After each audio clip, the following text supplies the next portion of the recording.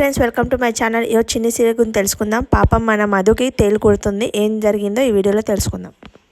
Maddy పంచ కట్టుకోవడానికి రాకపోతే మధు వస్తుంది. మధు రాగానే మధు అంటుంది, నీకు పంచ కట్టుకోవడం రావట్లేదా, నాకు వచ్చులే అని అంటే, నీకు పంచ కట్టుకోవడం వచ్చా అని అంటుంది. అవును, మా ఊర్లో అందరు పంచ కట్టుకొని తిరుగుతారు కదా ఆడోళ్ళు అని అంటే, ఏంటి అని అంటే, మా తమ్ముడు కృష్ణుడు వేషం వేసినప్పుడు నేను పంచ కట్టాను, నాకు వచ్చులే అని మన మహికి కడుతుంది అన్నమాట.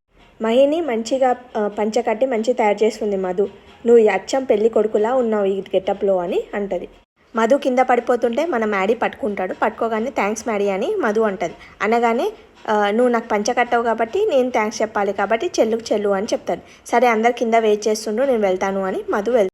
తులసి చెట్టుకి పూజ చేయమంటారు. శ్రేయ వెళ్ళి దీపం పెట్టి టెంకాయ కొట్టి పూజ చేస్తుంది అనమాట. తర్వాత మన లోకి ఇంకా వరుణ్ డిస్కస్ చేస్తుంటారు. ఏంట్రా డిస్కస్ చేస్తున్నారంటే, లోకి గిట్ట దీపం పెడతానని అంటుంది పెద్దమ్మ అని. వెలిగించాలి కదా, తను ఇంటికి కోడలుగా వచ్చేది కదా, సరే కానివ్వు అని నాగవల్లి అంటది. వాళ్ళు హ్యాపీగా ఫీల్ అయ్యి దీపం ఆ పెద్దమ్మ ఏమంటది, పల్లో పని మన మధు నువ్వు గిట్ట వెలిగించమ్మా అని అంటది. అందరు షాక్ అయిపోతుంది. లోకి అంటది, తనకు మన ఇంటికి సంబంధం లేదు, తనెందుకు వెలిగించాలి, ఏమంటారండి అని అడుగుతుంది. వెలిగించమనే చెప్తుంది చిన్నమ్మాయి.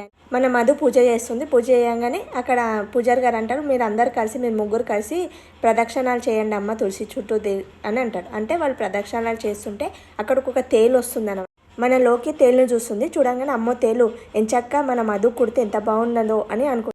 ఆ తేలు అనేది మధు కుడుతుంది. పాపం కుట్టంగానే మధు అట్లే స్ప్రో లేకుండా పడిపోతుంది.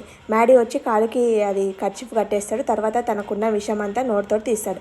అదంతా చూస్తున్న మన దేవ నాగవల్లికి అస్సలు నచ్చదు. చాలా కోపంగా చూస్తుంటారు వాళ్ళు. నాగవల్లి అంటే, ఏంటి మ్యాడీ అది అని అంటే, దీనివల్ల నీకేమైనా ప్రమాదం అవుతుందేమో మ్యాడీ అని అంటే, మధుకి ఏమన్నా అవుతుందేమో మమ్మీ, అందుకే తీస్తున్నాను విషము అని. హాస్పిటల్కి తీసుకుపోదామని వాళ్ళు పెద్దామంటారు. లేదు హాఫ్ అన్ అవర్లో మధుకు అంత తక్కువైపోతుంది అని అంటారు.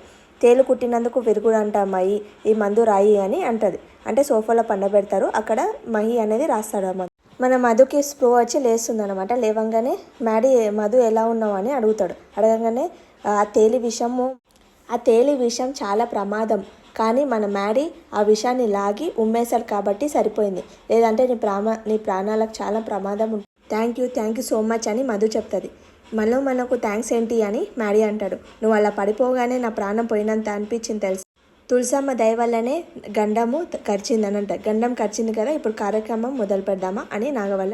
నాకు ఇలా జరగగానే మ్యాడీ ఎంత ఫీల్ అయ్యాడు చూసావు కదా అని లోకికి అంటది. అది మా ఇద్దరి మందలో ఉన్న బాండింగ్ అని చెప్పేసి వెళ్ళిపోతుంది. ఎవరో ఒక ఆయన వస్తాడనమాట. వాళ్ళ ఇంట్లో ఎంతమంది ఉన్నారో అని ఆ పేర్లు రాసుకోవడానికి ఒక ఆయన వస్తాడు. వస్తే దేవ వెళ్ళి రాసేసి చేస్తాడు. తర్వాత మన లోకి గిట మధు పేరు కావాలని రాస్తుందంట దాంట్లో. అయితే మన దేవకి చాలా కోపం వస్తుంది. నాగవల్లి గిట కోపం వస్తుంది. తర్వాత లోకి ఆ పేపర్ తీసుకొని, మ్యాడీ పక్కల శ్రేయ కదా ఉండాలి, మధు అని ఉందేంటి అని అంటుంది.